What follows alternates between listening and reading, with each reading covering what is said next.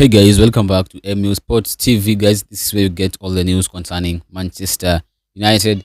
Guys, it was a wonderful weekend as the Red Devils earned the 3 points against Sunderland at Old Trafford. And I can say I was impressed by what I saw from few individuals, but also I noticed some mistakes that we need to avoid in the next games to be able to be winning those matches. And I was the moment I looked at the first 11 that Amorim went with against the Black Cats, I was impressed to see Sunderland's given his handed his debut for Manchester United after arriving from Royal Antwerp weeks ago. Also, I was happy to see Sesko keeping his position as a striker. Mount starting, Ruben Amorim have to deal with Mount, Sesko, and Cunha because somehow we know that Sesko is the only striker we have at the moment with GWB now with the academy.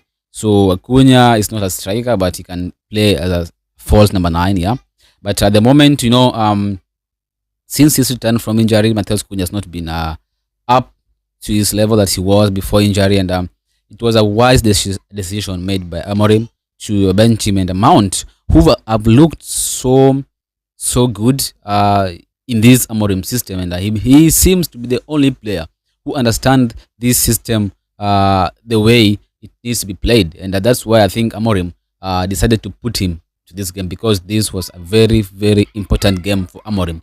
It was a must win, and he was given the nod, and he didn't fail the gaffer. But I was not happy seeing the law in that position. But seeing Dogu playing left wing back for the past 2-3 games, I wasn't shocked by the decision to bench him. But benching him and starting Dalot is just not okay. But yeah, that was the only point I had an issue because having Dalot as a left wing back and having Luke Shaw as an LCB, they are on the same line because we know that Dalot is so poor defensive, and Shaw as a LCB at the moment he lacks the pace to play there, but he somehow plays there because he's the only senior left-footed centre back we have apart from Eden Heaven. So I had a problem there because that was the weak point we had, the weak link we had in this first 11. I want to say, guys, I was impressed by what I saw. A few individuals who are really, really outstanding. Lamens on his debut was outstanding. The liked as well. Yes, again, outstanding. I don't understand why Koeman, the Netherlands manager, doesn't like him. I don't understand why he doesn't value him a lot. I don't know because he moved to Manchester United. I don't know if that's the reason, but somehow it is for us it's a blessing because he's going to get the rest. We need him fit for the next game against Liverpool. So yeah, the league was outstanding. The one I want to talk about was Amad Diallo. Remember, guys, I made a post weeks ago talking about how crucial left wing backs are in this for this formation to work. The 3-4-3 system or back 3 system requires your wing backs to act as a secondary wingers. They act like they are 50% fullbacks and 50% forwards and wingers. In this case, we have Dogu, who is supposed to be playing as a winger and a defender at the same time, and Madialo are playing as a winger also and a defender at the same time. If you don't have wing backs who are able to play in this kind of formation, you are not going to win games because they act as a secondary attackers. If we are attacking, they move forward. If you are defending, they pedal back to defend. But in our case, we found that sometimes we are attacking and we don't see the additional players up front like Dogu and Ahmad. Even though if sometimes they are up front, they don't offer so much when it comes to attack, and that needs to change. That is why I talked about Dogu playing there, and I think maybe his services as a wing back is not that much good. He is more like a left back, not a left wing back. That is why against Burnley, remember we won 3-2. Dalo with an assist, Mbomo. Yeah, he Dalo started as left wing back. Uh, Again yesterday, Dalot again started as a left wing back, and this tells you a lot about how Amorim is demanding of his players when it comes to offering support up front. Because guys, we need to score goals.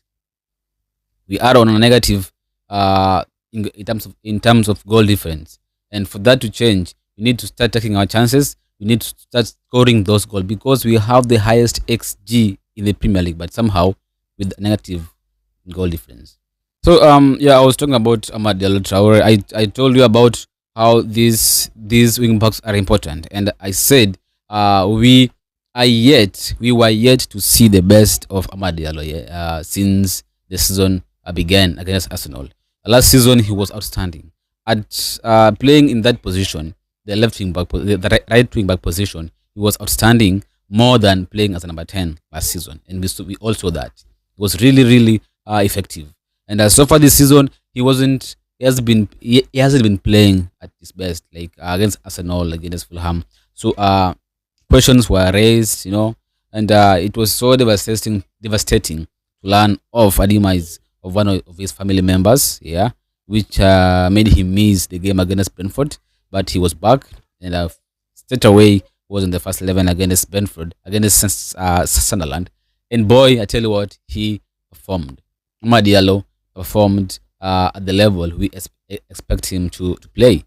Without an assist or a goal, he had an 8.1 ratings. So this tells you much about how he was, and he was one of the favorites to win the man of the match, if not for some heroics by Laments. But Amad Diallo was really great, and his performance was only missing a goal or maybe an assist, which he could have scored if not for that great save by the Sunderland goalkeeper to deny him that goal in the first half. So I think we are starting to see the players adapting, and so far I can say that we have a system where there's no need to change this system. This system needs to work, and for it to work, we need to have the right players for this system. We don't need to change the system to comfort the players. The players need to adapt. So those who can't adapt to the system need to be sold. We need to bring in players who can adapt the system, who are able to play in this system. That is why I tell you what, there is going to be a headache. Robert Amorim is going to have a headache when it comes to decisions like who to start between Mount and Cunha. Yeah, Mount really is really the way Mount plays that midfield is really impressive. He presses so much. He has those shots, and he can really score from as anywhere. He has those long range shots as well. So, and he's a clinical finish as well. If you remember the goal against Sun yesterday, first touch, goal. Finish, the touch was superb. The finish was so clinical. Striker is goal he scored yesterday against Sunderland. So this tells you that now Roman Amorim is going to have an headache when it comes to selection of whom to start between Mount and Cunha. For us, it's just praying that Mount can stay fit this season. So, guys, another outstanding performance I want to talk about is the debut man, that is Sean Lamens. Since his arrival from Royal Antwerp, fans have been demanding for his start, his debut, because what we saw from what we have been seeing from Bandir has not been what we expected, and it's not what we expect to see, because playing for a club like Manchester United, you need to deliver, because if you don't deliver, you'll be under great scrutiny from the media, the fans, and everywhere that is.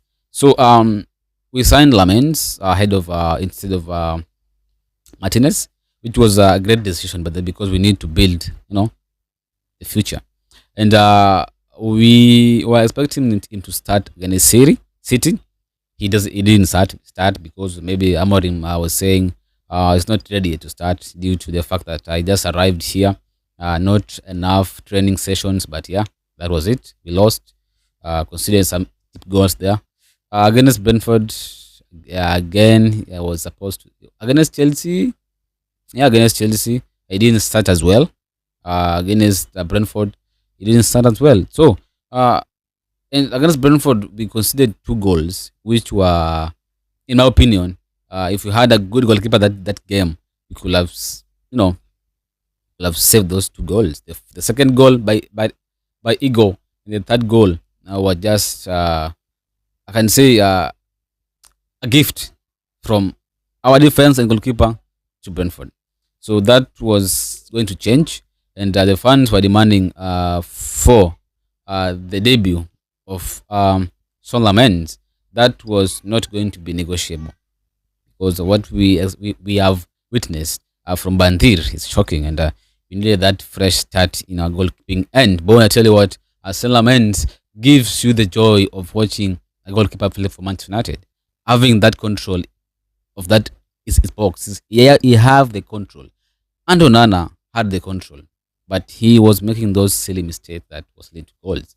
Bandir didn't have the control. He didn't have the composure. He was like kind of shy, like So Lamens gives you the fresh breath. The control of aerial balls. Having the control as a goalkeeper, you should have the control of the aerial balls. The goal we conceded against Arsenal, the goalkeeper didn't have the control. He was so soft, allowing Arsenal to score a goal there. And what I saw from Bandit, from Lamens yesterday, I think we have a great goalkeeper in the making. Yeah, coming to Manchester United at a young age, you always have expectation. Remember David De Gea when he was signed from uh, Atletico Madrid to Manchester United. He was already a starter at Atletico Madrid when we signed him, and we signed him, and straight away he was given the nod as our first goalkeeper ahead of, I think, Anders Lindegaard. If I'm not wrong, yeah, Lindegaard, and De Gea was given a first he was given the nod by Ferguson. He trusted De Gea, and that tell you what, De Gea grew up to be one of the best goalkeepers in the world. And season 2017-2018, if not for David De Gea, United could have had an embarrassing season. David De Gea was, I think, our player of the season. If I'm not wrong, he was really, really outstanding. Uh, so we after David De Gea, we had Onana. Yeah, somehow Ten Hag decided to let De Gea live on a free and brought in and Onana, which I think Onana's reign at Manchester United had ups and downs. And I think in football, if you have a lot of downs, if you have a lot of ups but few downs, the downs are going to outshine the ups. So Onana came in, made few mistakes. Those mistakes blinded the saves and some of the most important things he did at Manchester United. And as I said, playing for a club like Manchester United, making those silly mistakes, even if you are making great saves, you will be called out and you will be under great scrutiny, and you want to lose your mind. So the best thing for you to do is just to leave. And I think Onana, he knew his time was coming.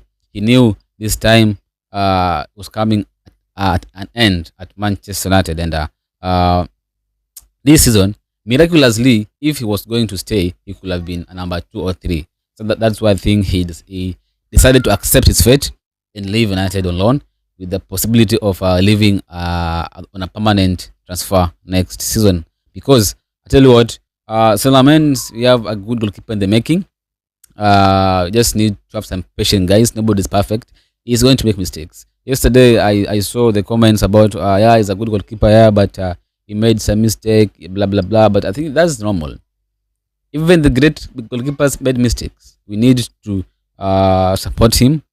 If you make mistakes, guys, let us not call him out. Let us just not give him the pressure, because no player, no young player is going to perform better at high pressure in playing for a good club, big club like Manchester United. Yeah, so after round 7 in the Premier League, Manchester United now sit 10th the league. with 10 points, a negative 2 in goal difference, having played 7 matches. And yeah, we're 10th, just above the likes of Newcastle, Brighton, Villa, Fulham, yeah, Forest is down there as well. So we are above us, the Spurs, Bournemouth, Liverpool, Arsenal, Palace, Chelsea, Everton, and Sunderland. We won, but it's a great win. That was really because losing yesterday could have put us to number 16. But yeah, a great win. We are 6 points of the league leaders, Arsenal. Yeah, having played the same game, and we are 5 points of Liverpool, 4 points of Spurs, 4 points of Bournemouth, 4 points of City, who are playing now 1-0. 1 point of Chelsea. Yeah, 1 point of Chelsea, and I think we need to start winning these games. If I tell you our next 4 games, it's not easy. We play Liverpool, who are second with 15 points. Remember, Liverpool have lost 3 games in a row. The last time they lost 4 games in a row was, I think, more than 30 years ago. So we need to make that happen. We need to write their history. We need to go there and win the game against Liverpool, because Liverpool I saw against Palace, I saw the against Galatasaray, Liverpool I saw against Chelsea. If we go there with a great mindset, we are going to win. But if we go there with a weak mindset, we are going to concede goals. But we need to go there with a strong mindset. We are going to win, and we need to win. So after Liverpool, we face Brighton at home. Brighton currently are 12th with 9 points, having played 7 games. After that, we face Spurs, who are third with 14 points after 7 matches. They won yesterday against Leeds. After that, we face Forest, who at the moment are on a winless streak under Ange, and it's going to be a great match. We need to win that. So Liverpool, Brighton, Spurs, and Forest, our next 4 Premier League matches. I tell you what, guys, those games are not difficult. If you tell me Liverpool game is difficult, you are not. You are joking, because we can go there and beat them. Anfield. Last season we went there and drew. I think 1-1, if I'm not wrong. Yeah. So the same mindset we had last season. We need to go there at Anfield and against all odds, get the 3 points. Job done. So, as you all know, it's time for the international break. There'll be no club football, at least until the week commencing of the 13th of October. And we play against Liverpool on 19th of October. That is the time, the day we are playing Liverpool at Anfield. The 19th of October. There is uh,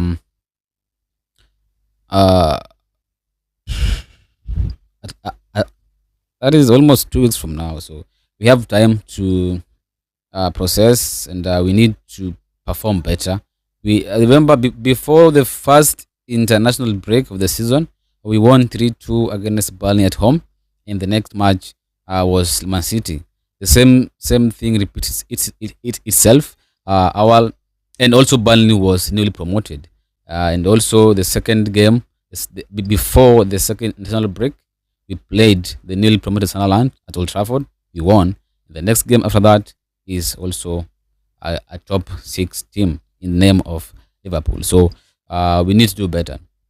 Last time we lost 3-0 against City, but this time around we need to do better. We need to perform at Anfield. We need those 3 points, because those 3 points will keep us at somewhere around 6 or 7 there with 13 points. We need to start winning these games. We need to start, get used to winning. Not winning today, losing tomorrow, drawing to the following day, then winning again. So it's after every 3 weeks we are back to winning ways. We need to be winning these games back to back. We need the back to back wins. At the moment we are on a back to back wins, like 3 consecutive wins at Old Trafford. Very impressive. 3-2 against Burnley, 2-1 against Chelsea, and now yesterday 2-0 against Sunderland. Not just to mention our first clean sheet of the season. That's why I tell you about how important having a good goalkeeper is really important. I know people say Sunderland didn't test us a lot, blah blah blah. But uh, two saves there he had, one to deny Xhaka a goal, another one I think Talib in the dying minutes had a chance there, but somehow he failed to score. So, guys, we just need to get behind the team, get behind the manager, and then trust the system. I tell you what, the system has no problem. If you watched the game yesterday, you could have scored two, three more goals and to make it easy for us. But somehow we always make it difficult for ourselves, and later on we blame the manager and the system that is not working. Thanks for watching, guys.